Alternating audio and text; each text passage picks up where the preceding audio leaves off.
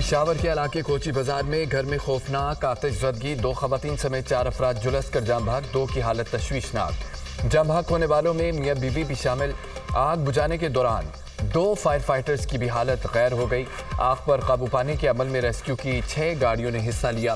Cooling کا عمل جاری، آگ شارٹ سرکٹ کے باعث لگی، ریسکیو ذرائع۔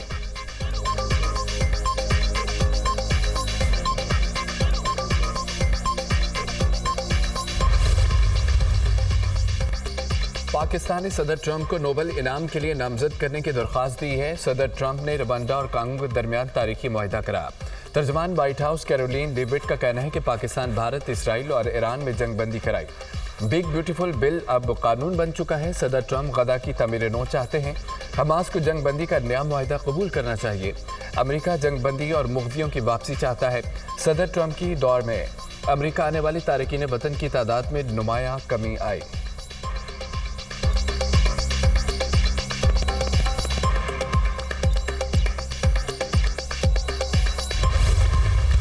بھارت آپریشن سندور کے دوران اپنے مقرر کردہ فوجی اہداف حاصل کرنے میں ناکام رہا۔ ناکامی کی غیر منطقی توجیہات پیش کرنا دراصل بھارت کی آپریشنل تیاری اور اسٹریٹجک دور اندیشی کی کمی کو ثابت کرتا ہے۔ پاکستان کی کامیابی میں بھارت کے بیرونی حمایت جیسے الزامات غیر ذمہ دارانہ اور حقائق کے منافی ہیں۔ ایسے بیانات پاکستان کی کامیابی کو تسلیم کرنے میں روایتی ہچکچاہٹ کی عکاسی کرتے ہیں۔ 2 طرفہ فوجی تصادم میں دیگر ملکوں کو شامل کرنا بھارت کی ناقص سیاسی کوشش ہے۔ جنگ میڈیا کی بیان بازی، درآمد شدہ فینسی جنگی ساز و سامان یا سیاسی نعرے بازی سے نہیں جیتی جاتی۔ جنگیں پیشہ ورانہ قابلیت، قومی عزم اور حوصلے سے جیتی جاتی ہیں۔ فیلڈ مارشل سید عاصم منیر کا national defence university Islamabad میں national security and war course کرنے والے فارغ التحصیل افسران سے خطاب کہا، کسی بھی مہم جوئی، خود مختاری اور سالمیت کو نقصان پہنچانے کی کوشش کا بغیر کسی ہچکچاہٹ منہ توڑ جواب دیا جائے گا۔ آبادی، فوجی اڈوں، اقتصادی مراکز اور بندرگاہوں کو نشانہ بنانے کی کوشش کا سوچ سے بڑھ کر زیادہ سخت جواب دیں گے۔ پاکستان نے خود کو خطے میں نیٹ ریجنل سٹیبلائزر ثابت کیا ہے۔ خطے کے ملک بھارت کے جارحانہ اور ہندوتوا نظریے سے تنگ ہے۔ فیلڈ مارشل نے جنگ کے بدلتے کردار پر روشنی ڈالی، سول اور ملٹری اداروں کے درمیان ہم آہنگی کو فروغ دینے کی ضرورت پر زور دیا۔ ایف بی آر کی اصلاحات حکومت کی اولین ترجیحات میں شامل ہے۔ جدید ٹیکنالوجی پر مبنی نظام سے کاروبار میں آسانی اور ٹیکس دہندگان کے لیے سہولت ہوگی۔ انسانی مداخلت کم ہونے سے وقت اور پیسے کی بچت ہوگی۔ وزیر اعظم کی زیر صدارت ایف بی آر میں اصلاحات پر جائزہ اجلاس۔ تاریخ میں پہلی بار ایف بی آر کی جانب سے مصنوعی ذہانت پر مبنی کسٹمز کلیئرنس اور رسک مینجمنٹ سسٹم متعارف۔ وزیر اعظم کی نئے نظام کو مربوط اور پائیدار بنانے کی ہدایت۔ وزیر اعظم کی ایف بی آر اور آئی بی کی ٹیکس وصولیوں میں اضافے کے لیے اقدامات کی پذیرائی۔ ٹیکس آمدن میں اضافے کے لیے تمام اداروں کو مل کر کام کرنا ہوگا۔ پاکستان کا معاشی استحکام مشترکہ کوششوں کی بدولت ممکن ہوا۔ وزیر اعظم کی گفتگو۔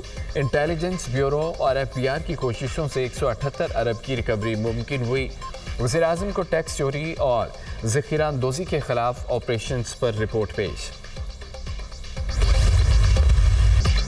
ثانیہ لیاری سندھ حکومت کا جاں بحق 27 افراد کے لواحقین کو فی کس 10 لاکھ روپے امداد دینے کا اعلان۔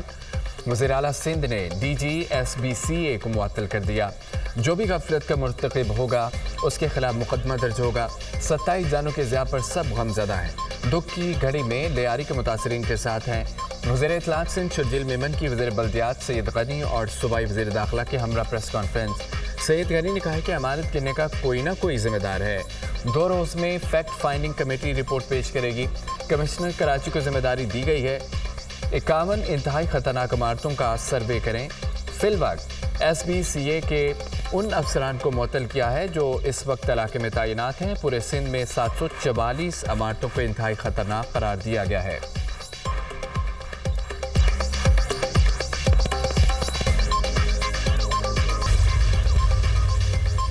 غیر قانونی تعمیرات، وزیر اعلیٰ سندھ برہم۔ ثانیہ لیاری سے متعلق مراد علی شاہ کی زیر صدارت اہم اجلاس۔ ایس بی سی اے اور بلدیاتی افسران کی سخت سرزنش۔ غیر قانونی تعمیرات کیسے ہو رہی ہے؟ ناقابل رہائش و انتہائی خطرناک عمارتوں کو خالی کرانے میں کیا رکاوٹ ہے؟ وزیر اعلیٰ سندھ مراد علی شاہ کا سوال۔ سابق D G S B C A کو غلط رپورٹ پیش کرنے پر لینے کے دینے پڑ گئے۔ لیاری بغدادی میں زمین بوس عمارت کو خطرناک قرار نہ دیے جانے کا انکشاف۔ سابق DG/SPCA نے خطرناک قرار دی گئی دیگر عمارت کی رپورٹ وزیر اعلیٰ کو پیش کی۔ لیاری بغدادی میں پلاٹ نمبر 14 پر قائم عمارت خطرناک قرار دی گئی۔ زمین بوس عمارت کا پلاٹ نمبر 18 نکلا۔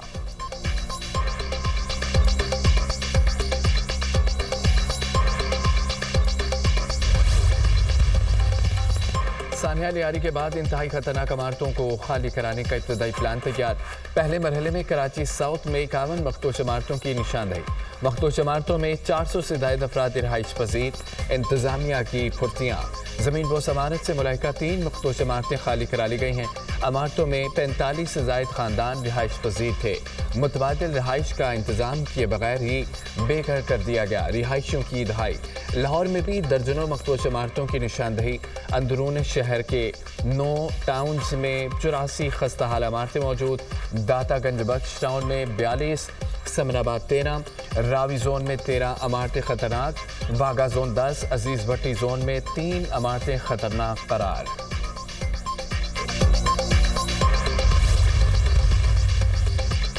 وزیر اعلیٰ پنجاب کے سرکاری اسپتالوں میں ریڈ اور بلیو کوڈ ایمرجنسی سسٹم نافذ کرنے کا حکم۔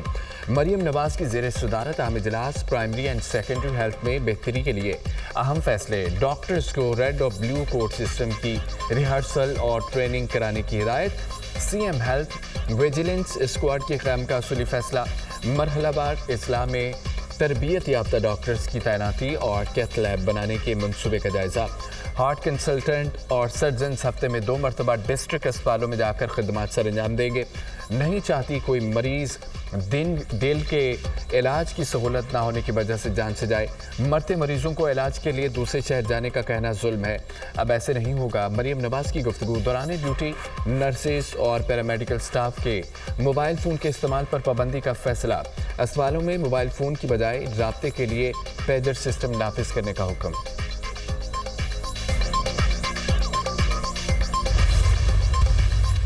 آئین کے آرٹیکل 62 اور 63 کا شدید مخالف ہوں، چاہیں تو انہیں نکال کر پھینک دیں۔ 62 اور 63 عامریت کی نشانی ہے جسے جمہوریت کے خلاف استعمال کیا گیا۔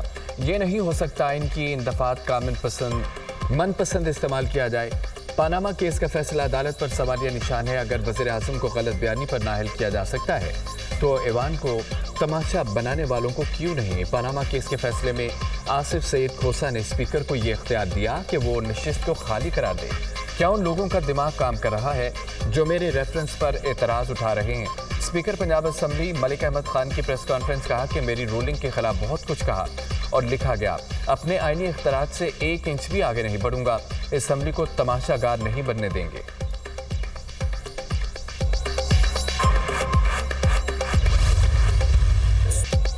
وزیر قانون اعظم نذیر تارڑ کی اسپیکر پنجاب اسمبلی کی تائید۔ بولے کہ اسپیکر کے اختیارات لامحدود ہیں، وہ ہاؤس کے سربراہ ہیں، ان کے پاس وہی اختیارات ہیں جو گھر کے بڑے کے پاس ہوتے ہیں۔ اسپیکر کسی بھی ممبر کو معطل کرنے کا بھی اختیار رکھتے ہیں۔ احتجاج اپوزیشن کا حق ہے لیکن کرسیاں مارنا اور مائک اکھاڑنا احتجاج نہیں۔ اسپیکر پنجاب اسمبلی جمہوری روایات کو مد نظر رکھتے ہوئے بہتر راستہ نکالیں گے۔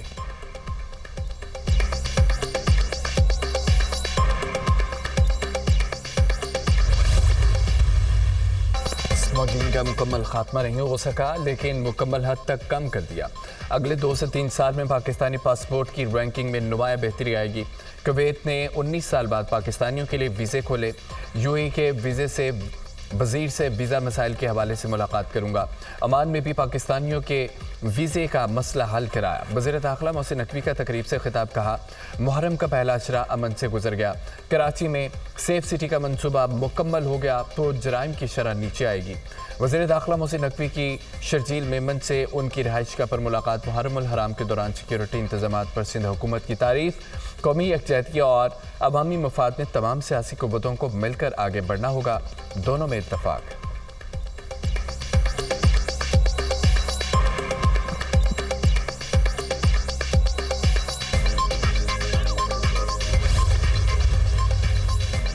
PTI کے قبائلی اضلاع سے ارکان اسمبلی کا وزارت زعفران کے جرگے میں شرکت سے انکار۔ بیشتر ارکان نے وزارت زعفران کے اجلاس کو 18ویں اور 25ویں ترمیم کی خلاف ورزی قرار دیا۔